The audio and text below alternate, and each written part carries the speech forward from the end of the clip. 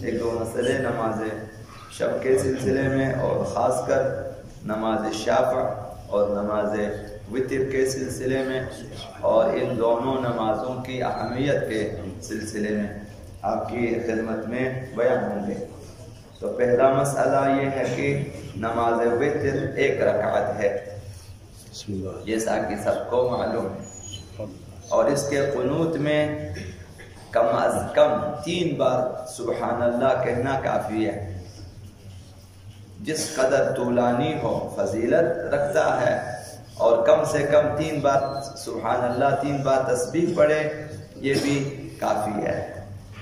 دوسرا مسئلہ یہ کہ نماز شفع اور نماز وتر میں بہتر یہ ہے کہ حمد کے بعد سورہ توحید پڑھے تاکہ ایک ختم قرآن کا ثواب اسے حاصل ہو جائے۔ یہ 3 رکعتیں ہیں، ہر رکعت میں آپ سورہ حمد کے بعد سورہ توحید پڑھیں گے، سورہ اخلاص، سورہ قل هو اللہ احد۔ تو یہ ہر سورہ توحید جو ہے ثلث قرآن پڑھنے کا ثواب رکھتا ہے، جب 3 بار آپ پڑھیں گے ختم قرآن کا ثواب رکھتا ہے۔ اس لیے فرمایا کہ بہتر ہے کہ نماز شفع میں اور نماز وتر میں ان تینوں رکعتوں میں سورہ حمد کے بعد سورہ توحید کی تلاوت کریں تاکہ ختم قرآن کا ثواب ملے۔ حضرت آقا رسول خدا صلی اللہ علیہ وسلم سے روایت ہے کہ آپ نے فرمایا اَيَعْجِزُ أَحَدُكُمْ أَن يَقْرَأَ ثُلُثَ الْقُرْآنِ فِي لَيْلَةٍ، کیا تم میں سے کوئی شخص یہ بھی نہیں کر سکتا کہ ہر رات کو ثلث قرآن پڑھے، 1/3 قرآن ختم کرے، قرآن کا 1/3 حصہ پڑھے؟ تو کسی نے عرض کیا کہ کون ایسا کر سکتا ہے کہ یعنی 10 پارے ثلث قرآن 10 سے پارے پڑھے؟ تو پیغمبر اسلام نے فرمایا کہ اقرأوا قل هو اللہ احد۔ یہ ثلث قرآن کا مطلب یہ ہے کہ تم کو سورہ قل هو اللہ کی تلاوت کرو، ہر رات سورہ قل هو اللہ احد کی تلاوت کرے، ثلث قرآن کا ثواب ملے گا۔ مثلا 10 سے پارے پڑھنے کا وقت بھی نہیں ہے، حوصلہ بھی نہیں ہے، اور انسان کے پاس اتنی توانائی بھی نہیں ہے، اسی نیت سے سورہ قل هو اللہ کی تلاوت کریں۔ سونے سے پہلے آپ مومنین انشاءاللہ العزیز باقی صورتیں بھی جیسے سورہ واقعہ، سورہ ملک ہے، سورہ حدثہ ہے، اور ایسی بات صورتیں ان کی بھی تلاوت کریں گے، ساتھ ساتھ سورہ قل هو اللہ احد کی بھی تلاوت کریں گے، اسی نیت سے کہ انشاءاللہ ثلث قرآن کا ثواب ملے گا۔ تو نماز شفع میں آپ پڑھیں، نماز وتر میں تو 3 قل هو اللہ ہو جائیں گے اور ختم قرآن کا انشاءاللہ ثواب ملے گا۔ اور دوسری چیز، دوسری حدیث میں پیغمبر خدا صلی اللہ علیہ وسلم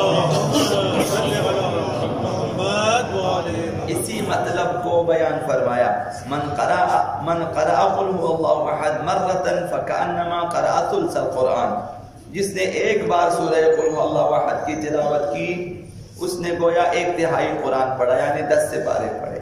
ومن قرأها مرتين، اگر کسی نے 2 بار سورہ قل هو اللہ احد کی تلاوت کی تو فَكَأَنَّمَا قَرَأَ ثُلُثَيِ الْقُرْآنِ، 2/3 قرآن کی تلاوت کرنے کا ثواب ہے، یعنی 20 سے پارے پڑھنے کا ثواب ہے۔ وَمَنْ قَرَأَهَا 3 مرات، اگر کسی نے 3 بار سورہ قل هو اللہ احد کی تلاوت کی فَكَأَنَّمَا قَرَأَ الْقُرْآنَ كُلَّهُ، گویا اس نے پورا قرآن ختم کیا۔ یہ ثواب خدا متعال کی طرف سے لطف ہے، عنایت ہے، رحمت ہے، سہولت ہے ہمارے لیے، تاکہ سورہ قل هو اللہ کو فراموش نہ کریں۔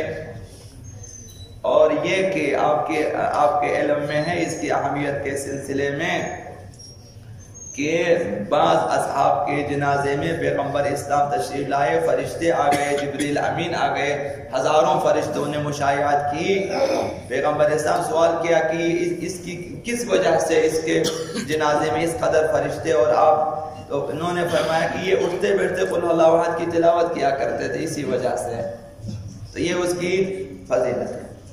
اور اگلا جو مسئلہ ہے وہ نماز شفع اور نماز وتر کی فضیلت کے بارے میں ہے کہ بافضیلت ترین رکعتیں یہی 3 رکعتیں ہیں نماز شب میں، 2 رکعتیں نماز شفع کی اور 1 رکعت نماز وتر کی، ان کی فضیلت باقی 8 رکعتوں سے زیادہ ہے، اور نماز شفع کی 2 رکعتیں نماز وتر سے برتر ہے۔ یہ فتاوا میں جیسے تحریر الوسیلہ باقیوں میں لکھا ہے، بعض جگہوں پہ نماز وتر کو فضیلت دی ہے۔ تو یہ آپ کی خدمت میں ایک دو باتیں۔ مفسرین نے سورہ فجر کی تیسری آیت جس میں خداوند متعال نے شفع اور وتر کی قسم کھائی ہے، والشفع والوتر، تو بہت سارے 20 یا 30 احتمالات ذکر کیے ہیں کہ شفع کیا ہے تو وتر کیا ہے۔ قوی ترین اور جو ہے بہترین احتمال یہ ہے کہ اس سے مراد نماز شفع ہے اور نماز وتر، کہ خداوند متعال نے اولا نماز شب کی اہمیت کی وجہ سے اور دوماً نماز شفع اور وتر کی اہمیت کی وجہ سے خداوند متعال نے نماز شفع اور نماز وتر کی قسم کھائی۔ والشفع والوتر، قسم ہے نماز شفع کی اور قسم ہے نماز وتر کی، کہ 11 رکعتوں میں سے ان 3 رکعتوں کا ذکر کیا۔ اس کا مطلب یہ ہے کہ یہ دو نمازیں، نماز شفع اور وتر، باقی 8 رکعتوں پہ فضیلت رکھتی ہیں۔ لہذا یہاں سے بعض مفسرین نے کہا کہ نماز شفع اور وتر کو اہمیت حاصل ہے، اور چند احادیث میں بھی نماز وتر کی زیادہ تاکید کی ہے۔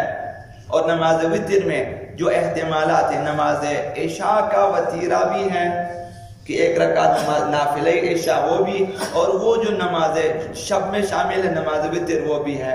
اب خداوند متعال خود بہتر جانتے ہیں، بعض نے یہ سارے احتمالات بیان کیے۔ تو حضرت آقا رسول خدا صلی اللہ علیہ وسلم ان کے بارے میں آقا امام صادق علیہ السلام نے روایت نقل کی کہ ان رسول اللہ صلی اللہ علیہ وآلہ امر بالوتر، پیغمبر اسلام نے نماز وتر کا حکم دیا۔ وَأَنَّ عَلِيًّا كَانَ يُشَدِّدُ فِيهِ، آقا امیر المؤمنین سختی سے نماز وتر کی پابندی فرماتے تھے۔ وَلَا يُرَخَّصُ فِي تَرْكِهِ، کسی طرح سے بھی نماز وتر کو ترک نہیں فرماتے تھے، یعنی کم سے کم یہ کہ نماز وتر کو انسان پڑھے جو ہے انسان صبح ہونے سے پہلے۔ اور دوسری حدیث میں خود آقا امیر المؤمنین کی ہے، یہ اس کی اہمیت کے خاطر فرمایا من اصبح ولم یوتر فلیوتر اذا اصبح، فرمایا اگر کسی نے دیکھا کہ صبح ہو چکی ہے اور اس نے نماز وتر نہیں پڑھی تو نماز وتر کو صبح ہونے کے بعد بھی پڑھے، یعنی یقضی اضافات، اگر نماز وتر فوت ہو چکا، قضا ہو چکی ہے تو نماز فجر کے بعد اس کی قضا بھی بجا لائے، یہ اس کی اہمیت کی خاطر ہے۔ اور حدیث اور بھی ہے، ایک اور حدیث ہے آقا رسول خدا صلی اللہ علیہ وسلم نے وَلَا يَبِيتَنَّ الرَّجُلُ وَعَلَيْهِ وَتْرٌ، انسان سو کر صبح نہ کرے جبکہ اس نے ابھی تک نماز وتر نہ پڑھی ہو، یعنی صبح ہونے سے پہلے نماز وتر کو پڑھے۔ ایسی اور بھی 20 حدیثیں جو ہیں بحار الانوار جیسی کتابوں میں درج ہیں کہ نماز وتر کی اہمیت کی خاطر ہے۔ تو لہٰذا اہتمام کریں کہ سحر سے پہلے اٹھیں، سحر خیزی کے فضائل ہیں بہت زیادہ، کہ اگر خدا نے توفیق دی بعض باتیں آپ کی خدمت میں ہم عرض کریں گے۔